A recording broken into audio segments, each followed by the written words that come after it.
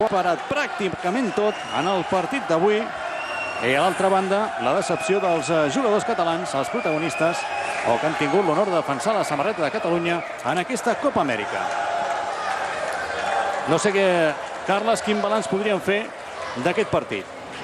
Jo crec que en aquest cas la selecció catalana s'ha trobat davant d'una selecció argentina molt madura per l'edat que tenen els seus integrants, que ha portat en tot moment el ritme del partit, amb dos jugadors al darrere que pràcticament han donat molts pocs accions de contracop a la selecció catalana, i després l'efectivitat. Jo crec que la selecció argentina ha fet una selecció de llançaments, ha contracolpejat molt millor que la selecció catalana, i aquest instint i aquest no perdonar amb un esport d'equip com és l'hoquei patins, al final acaba sentenciant. Jo crec que injust podríem dir que per les ocasions, no tant així per el nivell que demostra la selecció argentina amb el partit d'avui, que han estat molt efectius.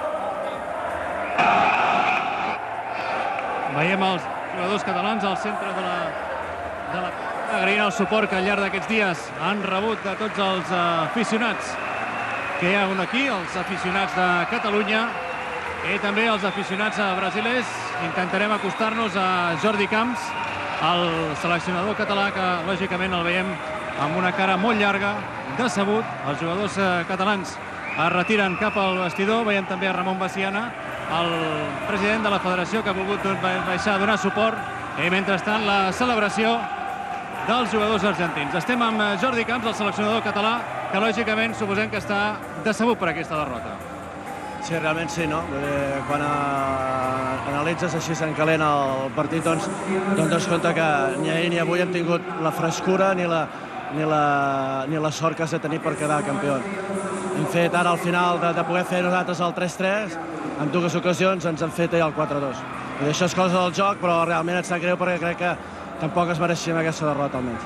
De tota manera, però, quan es vol competir a alt nivell, de vegades s'ha de guanyar i de vegades s'ha de perdre. És a dir, jo crec que van venir aquí a la Copa Amèrica sabent que ja no era el Mundial de Macau, que aquesta era una competició molt més seriosa que aquell Mundial B on s'havia de passar per estar al Mundial A. No, això està clar. Vull dir, aquí la gent es pensava que veníem aquí simplement perquè sense entrenar, sense haver fet res, havent-se trobat aquí per venir a jugar, i quan vens a jugar a Sud-amèrica no és el mateix ni molt menys. Aquí has de lluitar-ho moltíssim, jugues contra un equip a sobre, contra l'Argentina, que fa 2 anys que estan preparant el Mundial, i realment costa molt, no? I a sobre han tingut sempre la sort de cara, doncs encara et costa més, no? Doncs ara tornaríem a aquesta selecció. Bé, no ho sé, esperem que sigui aviat, però almenys sempre demanem el mateix, que puguem treballar una miqueta. Només així és molt difícil competir amb gent que fa molt temps que ho està fent. I això, cada vegada ens estan posant el llistó més alt, no? A Catalunya sempre volem arriscar massa i a vegades